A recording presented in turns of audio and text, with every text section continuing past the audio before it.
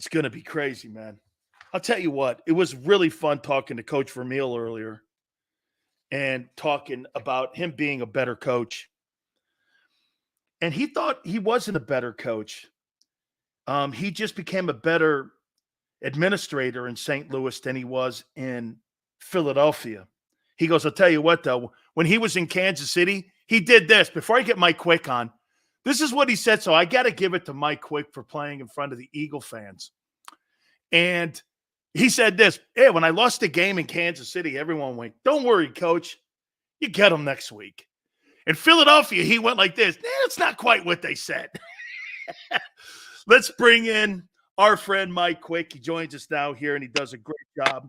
And I love listening to him and Merrill Reese when they do the broadcast for the Philadelphia Eagles. And I'll tell you one thing.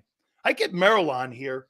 He don't say anything. But when I listen to him in the broadcast, you two guys, I'll tell you what, Mike, the one thing that you've done with Merrill, you guys talk what you see. You know, some guys have narratives and opinions on how they cover a game.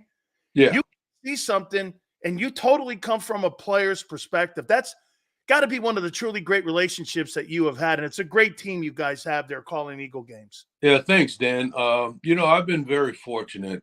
26 years now, I've been in the booth with Merrill, and I just when I got out of the game, I could not foresee that happening. Quite honestly, I didn't even see me doing media and all of that kind of stuff. But I still remember the day that I got the call from him asking if I would be interested in doing that. And it's really been great. It's been a wonderful relationship, and with the radio station. So I've been very fortunate to do this. You know, Mike, I had a conversation with Troy Aikman because, now correct me if I'm wrong on your personality. I know a lot of people that played with you, and they said you're kind of a reserved dude. You know, Yeah. You're not really, a guy that's out there like that. You're kind of really private in who you are. And Troy was too. And I said, in his first year, he said, I struggled because I had to be critical of people I played with and people I know. I also had to be a little more boisterous when something that's not my nature. Was that a transition for you to go through too, Mike? Yeah, Dan, I think that was probably the hardest thing. The fact that I played the game, I know the struggle, the commitment, the everything that goes into just being there every day, being a professional athlete, professional football player. So that part was hard, just getting used to and doing it the right way. When I got to criticize the way someone plays, I'm not a guy who wants to trash anybody. It's just not my nature. But if I see something that's not done properly, then I have to say it. We have such smart fans in this area that I just couldn't get away with trying to blow smoke up them. And then I would rather just talk about exactly what I see, and not to do it in a mean way, but I have to point out the obvious, basically, and that's what we do. Mike, it has to be hard for you to watch today's NFL and know that you were mugged at the line of scrimmage and you were mugged for 15 yards down the field. Even in my day, you're mugged down the field. And now you see all the rule changes. And I'm like, Jerry Rice and guys like you and Art Monk and those guys. I mean, my God. Andre Rison. All those dudes, man. I mean, you guys would be 1,800-yard receiving guys in today's game. Is it hard to evaluate what a good receiver is today when you know that the advantage is on the receiver side to get those yards?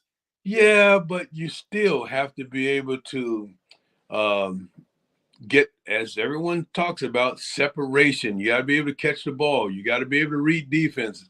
There's still so much to do. Now, you can't get banged around the way guys got banged around back when we played the game, but I still love it. I still love everything about it. I love to watch these guys maneuver, these guys who are uber talented guys that play the position.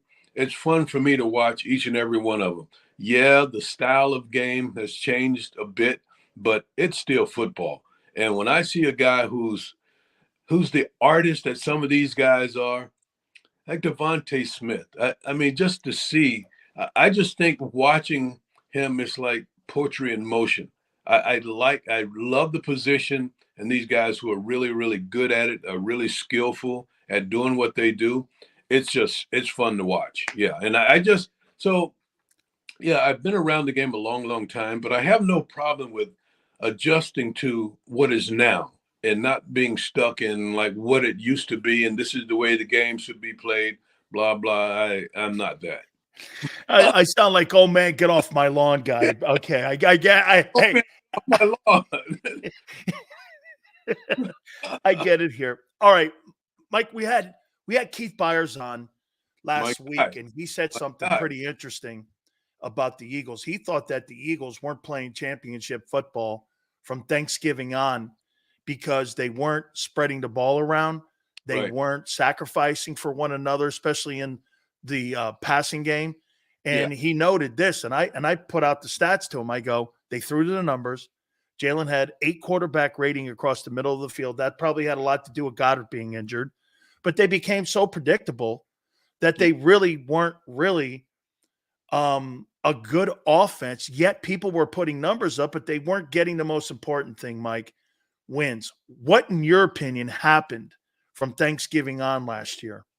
So I think, Dan, if you go back even to before Thanksgiving, when there were multiple games that could easily have gone the other way, and this team somehow squeaked them out and were able to get wins in games where maybe the Kansas City game wasn't one that they should have won. Maybe the Dallas game in Philadelphia when they run the quarterback out of bounds, BG runs the quarterback out of bounds on the right sideline.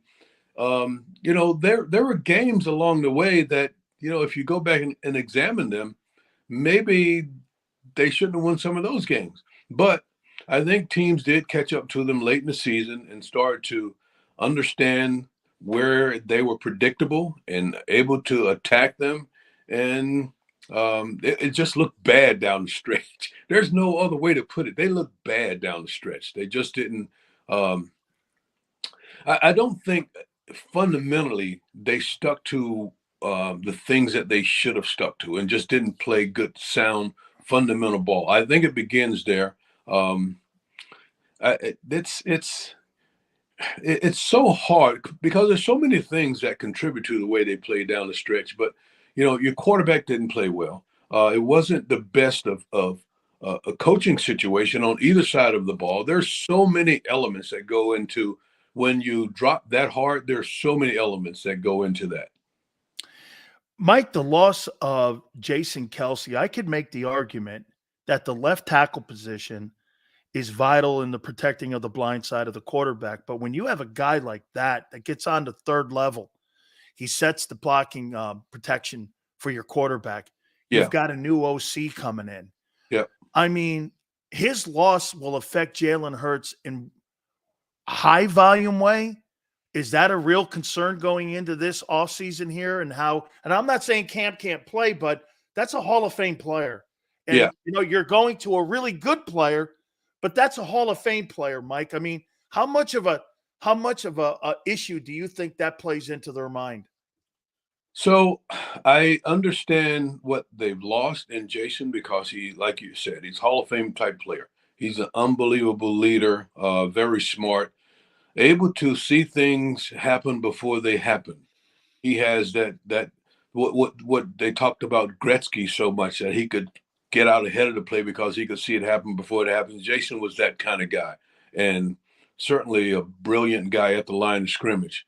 But the constant for the Eagles is that Jeff Stoutland is still there as the offensive line coach. And, that guy, I think he's special in this industry.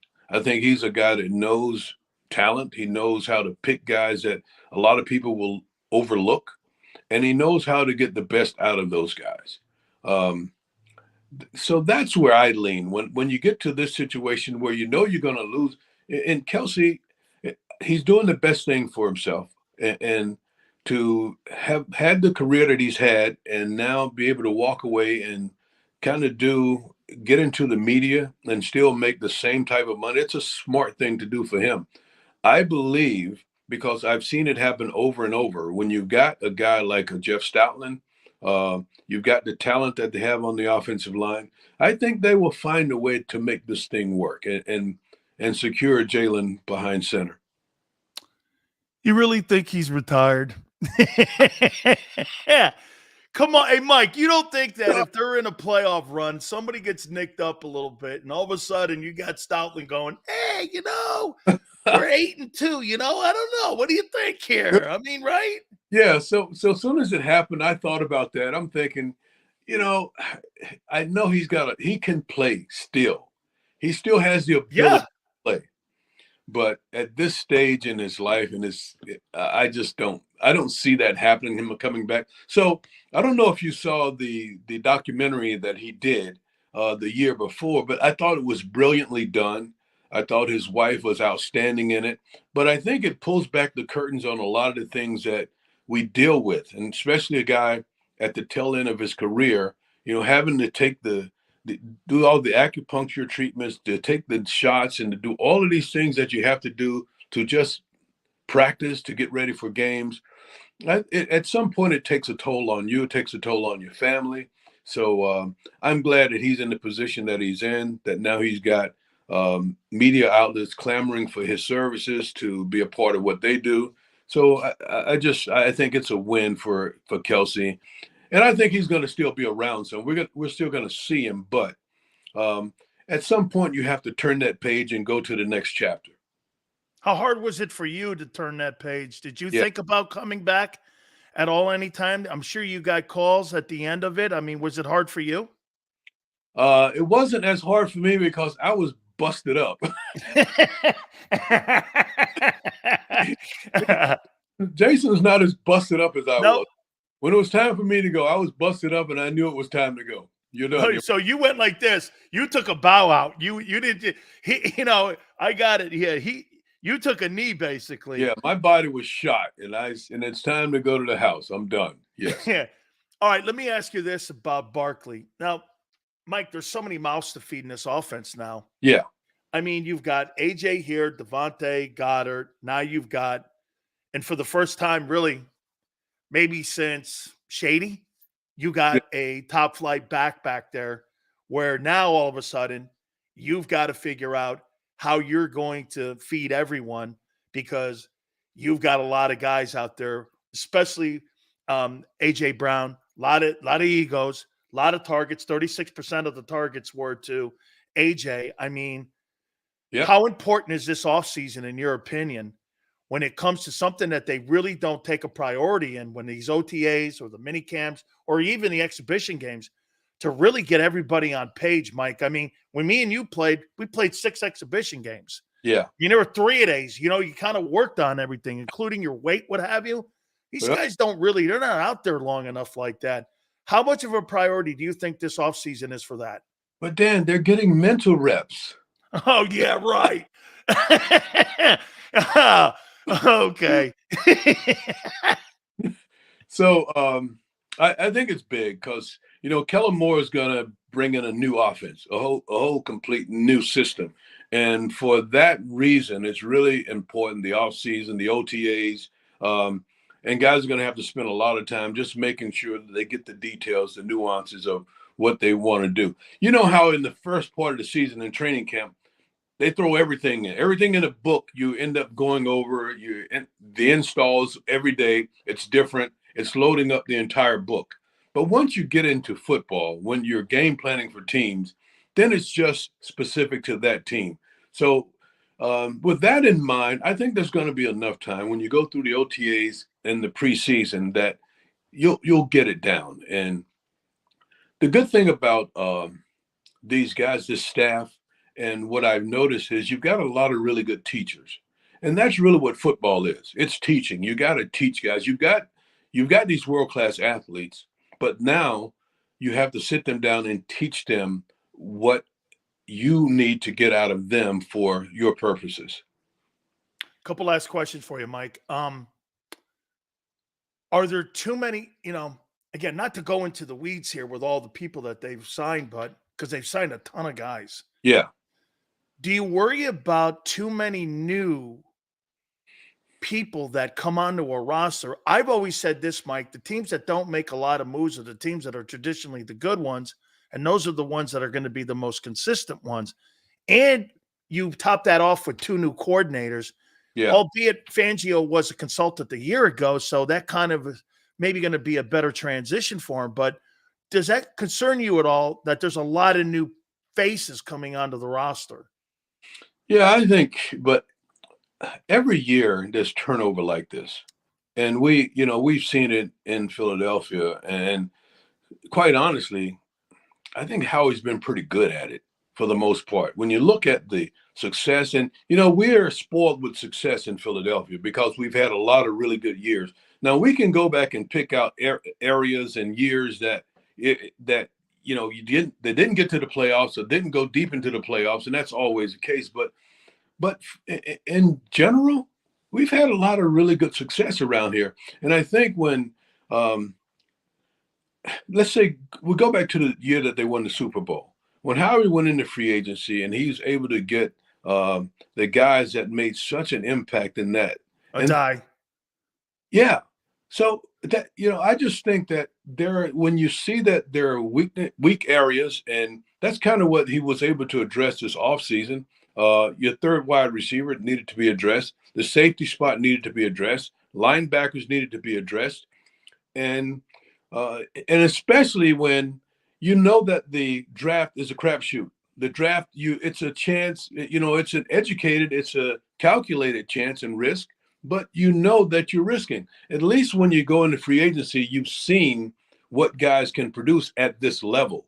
So that's why I don't have a real issue with going out and trying to match up players to what you do based on what you've seen them do already, their history in the league already. So I know that you want to build through the draft, but filling those holes in those areas, sometimes the best way to do it is through free agency. I thought about Patrick Robinson, in that Super Bowl game, the play that he made that made such a huge difference. And I think about, guys like Malcolm Jenkins, who they got in free agency, guys who are really difference makers in the success of this franchise. Mike, DeVonta Smith, I had questions about his size when he came out of Alabama, but then when you watch him run routes, you and me too, he looks like a Marvin Harrison or like a Hines Ward kind of guy, and he's so polished, Mike. I mean, when they scrimmage, I think it was 2 years ago, they scrimmaged the Browns, and the Browns coaching staff, and Alonzo Highsmith told me, he goes, man, they watched him run 15 yards, and he's 15 yards. He's not rounding anything off. He's not 11. He's so polished. Have you been surprised that with his durability, that with his size and how he's built, that he's been able to withstand, especially in the NFC East, the punishment that he's taken since he came here from Bama? So like you, when he came into the league, I worried about that. Like, can this guy hold up in the National Football League? Is he going to be tough enough? And every day that I see him, I'm just amazed. He's way tougher than I thought he was. His ability to go into the weeds and make catches, go up, elevate, and make catches, those things. But then to watch him, the artist that he is as a route runner, it's just, for me, it's fun. I love to watch this kid. Like when you just look at skill set and ability to play the position, I don't know if you can find a better guy in the skills category than that guy. I think he's just so much fun to watch. He is. The other guy, last question, Mike, the other guy on the other side, it's such a balance. You have one guy who is a finesse player, but yet so skilled. And on the other side, Michael Irvin, who is a teammate of mine, told me that he goes, Sills, when you watch this guy, watch him after the catch, watch him blocking in the run game, watch him with the guys on him when he gets release. He's so physical for a player, and it's such a great dynamic. I mean, do you see that, Mike? I mean, do you see a little bit of yourself too and how he plays and how Mike played, that the physicality that you had on getting off the line of scrimmage and not being spotted on the line and the way that they both play? Absolutely. He's so strong. You know, AJ to me. So, quite honestly, I didn't know he was this good, I didn't either. but he is. He really is. And the more I watch him, the more I'm like, this guy is the real deal. His hands are so good. He has this ability to throw late hands and catch the ball so well. It doesn't give a defensive back time to react to his hands and knock the ball away because he's so subtle and so quick with it. Both these guys have little detail to their work that I think is second to none. And the toughness of AJ, the strength, you know, he's 220 pounds and guys just bounce off of him. He's got these little subtle moves at the top of the route where he can lean on a guy or use his arm or use all of that big body of his to hold that guy down while he, by the way, let me just catch this ball, little guy, and get out of my way. Yeah, they're fun to watch. But, you know, for me, they're guys all over the league that play that position because I love to see the position and see it done the right way that I enjoy watching. I'm going to tell you, because in a lot of people, it doesn't matter to me. CD Lamb, to me, is just fun to watch. Yep. The way he plays the position, to me, he's just fun to watch. The what's the kid? Jefferson. There's so many that, you know, when you put on the tape and you start to watch these guys, I can just sit there and watch them for a long time. Mike, you know what it seems like to me? Like from your time and our time, the position of running back was such a focal point. Yeah. That now today, the kids in high school see that the money is at the wide. I mean, this guy, Hunter Renfrow, was the third wideout with the Raiders, and he made $14 million. He makes more than Saquon, or he made more than Saquon Barkley. And these wide receivers, I just think there's a shift now that's why you don't see any running backs coming out of college any longer. These guys are all wideouts. There's like 7 wideouts that could go in the top 50 and the top 37 picks in this April draft. I mean, yeah, it's pretty remarkable the depth at wideout that you're seeing coming out of the college ranks. Yeah, they're switching now. A lot of these guys in junior high school, they're switching, not wanting to play running back, but play wide receiver. And, you know, for good reason. The running back position doesn't hold the same value that it did back when I played. When I came into the league, it was Wilbert Montgomery left, Wilbert Montgomery right. And then it was, okay, let's throw to Carmichael. Okay, let's throw to Quick. But it was always handing the offense started with Wilbert left, Wilbert right. But we're in a new era now of football, and it's fast break football. It's 3 wide receivers on the field most times for most teams because that's the way the game is played now. It's fast break, and it's fun. I want to sneak one last win on you. You said that 3 questions ago, but go ahead. I know, man. I got to get you. I'm sorry. I've got to get one more on Listen, you. Dan, you better get me while you can get me. You bet. That's right, because you'd be on vacation for another. That's what Merrill said. That's out of Merrill here.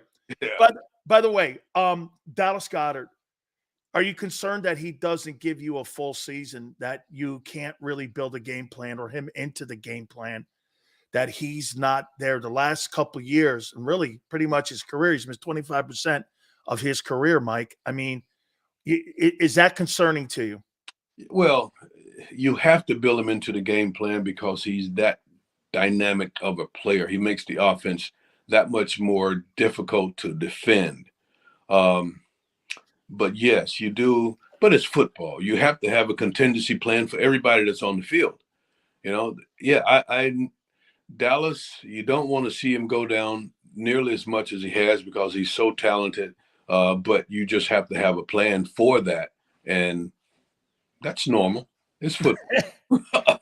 Absolutely. Mike, thank you so much, dude. It's so great to catch up with you, man. I want to thank you again for finding time and carving some time out for us. Thank you, my friend. You got it. Take care, Dan. You got it. That is the great Mike Quick. We so appreciate him coming aboard with us. Great stuff. And I love listening to him and Merrill call the games on WIP. Such a great thing. All right. Hit the like button. Don't forget, March Madness tips off tomorrow. Our good friends at Underdog Fantasy, along here with our friends at JAKIB Sports here, our viewers and our subscribers, please sign up. This is a beautiful thing. $10 is the minimum. They'll match everything up to $100. Very simple. $10, you get 10. 20, you get 20. You get it, right? Underdog Fantasy, again, you need the promo code WIN. WIN. That's WIN. Hit the like button. Keep it here, National Football Show.